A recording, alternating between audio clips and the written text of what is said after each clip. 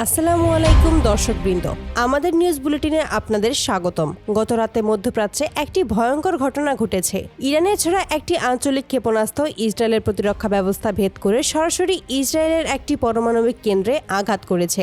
এতে কেন্দ্রের ভবন ও কাঠামোর ক্ষতি হয়েছে। তবে ভালো খবর হলো সেখানকার ইউরেনিয়ামের ভান্ডার নিরাপদ আছে। তবুও এই ধরনের স্থাপনায় আঘাত খুবই বিপজ্জনক এবং পুরো বিশ্ব এখন এক বড় ধরনের সংকটের মুখে আছে। কেন এই হামলা হলো তা বোঝার জন্য আমাদের কিছুদিন পেছনে যেতে হবে। 2023 সাল থেকে গাজায় যুদ্ধ শুরু হওয়ার পর থেকে পুরো এলাকার পরিস্থিতি খারাপ হতে থাকে।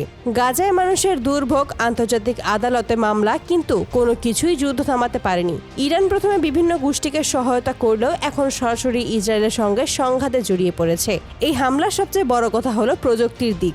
ইসরায়েলের প্রতিরক্ষা ব্যবস্থা দীর্ঘদিন ধরেই অত্যন্ত শক্তিশালী বলে মনে করা হতো, কিন্তু গত রাতের হামলা দেখালো যে সেটি ভেদ করা সম্ভব। যদিও পারমাণবিক জ্বালানি ক্ষতিগ্রস্ত হয়নি, তবুও একটি পারমাণবিক কেন্দ্রে আঘাত করা আন্তর্জাতিক সব নিয়মকানুনের লঙ্ঘন।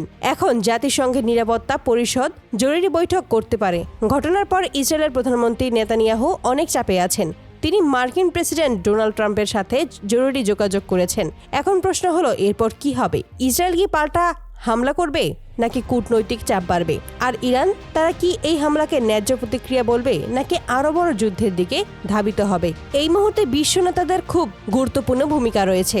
যুক্তরাষ্ট্র, ইউরোপ, রাশিয়া, চীন সহ সব দেশের এখন উচিত উভয় পক্ষকে শান্ত করার চেষ্টা করা, কারণ সামরিক জবাব পুরো এলাকাকে বড় যুদ্ধের দিকে নিয়ে যেতে পারে, যার প্রভাব পুরো বিশ্বে পড়বে। তেলের দাম বাড়বে, সমুদ্রপথে ব্যবসা বাণিজ্য ব্যাহত হবে, বিশ্ব নিরাপত্তা হুমকিতে পড়বে। সহজ কথায়, গত রাতের ঘটনা শুধু একটা হামলা নয়, এটি পুরো পরিস্থিতি বদলে দিতে পারে। এটি মধ্যপ্রাচ্যের শক্তি সম্পর্কে আমাদের ধারণা বদলে দিয়েছে। এখন সবাই দেখছে ইসরায়েল এবং আমেরিকা কি সিদ্ধান্ত নেয়। আগামী 1-2 দিনের ভেতরেই যা হবে তা বিশ্ব শান্তির জন্য অত্যন্ত গুরুত্বপূর্ণ। আমরা নিয়মিত নতুন আপডেট দিতে থাকবো। আপনি এই ঘটনা নিয়ে কি মনে করেন নিচে কমেন্টে জানিয়ে যাবেন।